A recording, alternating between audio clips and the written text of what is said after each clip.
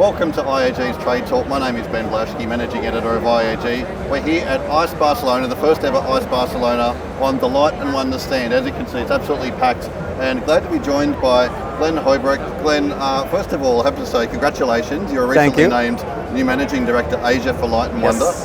Tell me a bit about the role and what you've been doing these first few weeks in the new job. Well, it's great taking over from Ken Jolly. We've got a very strong foundation in the region, and so my job is now to try to take us to the next level, help us scale up from a people point of view, processes, like commercial opportunities. So a lot of focus on getting a bigger footprint in Asia with new offices opening, showrooms, and just making sure that we put some deeper roots in.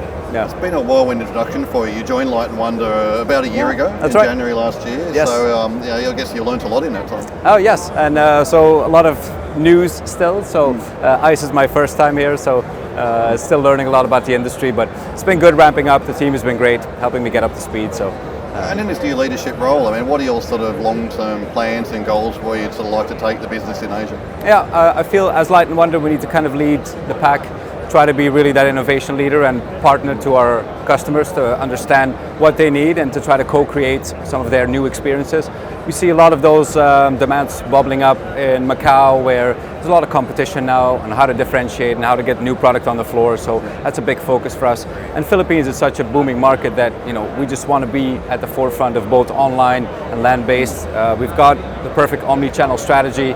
Simon Johnson, our land-based leader, has now moved over as CEO of iGaming, so close collaboration there. So for us, it's we're working on all fronts, basically. Sure. Yeah. Now we're here in Barcelona, yes. And we're looking around your stand. You've got plenty here. You've got a bit for the Asian market too as well. Yeah, we have some phenomenal games coming through in Q2 and Q3 this year.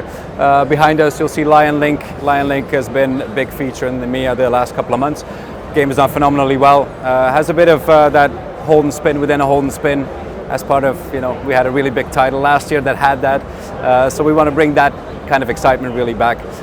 So that's there. And then we have Lightning Gongs, which is Quinn Yu, new game. So we have high hopes for hitting another big one after JGBX DFDC. So she knows the foundation of the market really well. And so she's worked on this game for 2 years.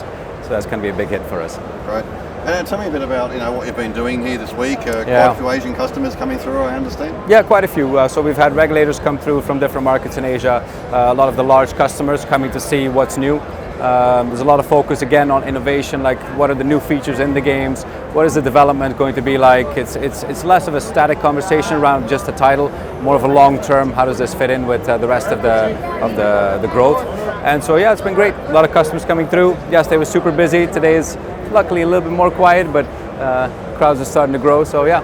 Right. Good so far. Now obviously a lot of the product here is for the European market. How much crossover is there between Light and Wonder's products from jurisdiction to jurisdiction, particularly across continents? Yeah, quite a bit I would say, in the sense that usually the bet structures are adapted, RTPs are usually within the same range.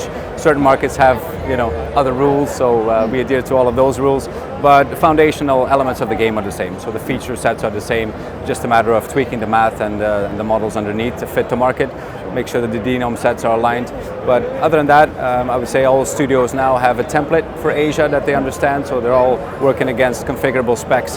So in that sense, that works for many markets. So what are some of the trends and some of the jurisdictions that are really exciting and appealing in 2025 for you guys? Yeah, there's a few key trends on making sure that games are a bit more fast-paced. Is there a way to bypass the base game, for example, to buy a feature? So making sure that those cash-rich, time-poor markets like Macau, that there's basically an opportunity for games to be fed into the pace of the customer. If they don't have time, that's okay, then they can play in fast mode. If they have the time, then they can enjoy the celebrations a bit more. So making sure that games have that functionality, I think that's a big one. Sure, and just lastly, Glenn, aside from the products we've looked at here, what can we expect? Any big name releases this year in 2025 across Asia? Well, there's a big focus on ETGs for us. So we have a brand new 40-person development team based in India. They'll be developing purely for the Asian market. So a lot of new games coming through, but also side bets for Baccarat, custom felt. So now we can basically build a lot more of the custom sets that customers have been asking for a few years. So that's going to be front and center at all the trade shows this year. Sure. Okay, Glenn, well, good luck, and I'm sure I'll see you around plenty of times this year. Appreciate it. Thanks a lot, man.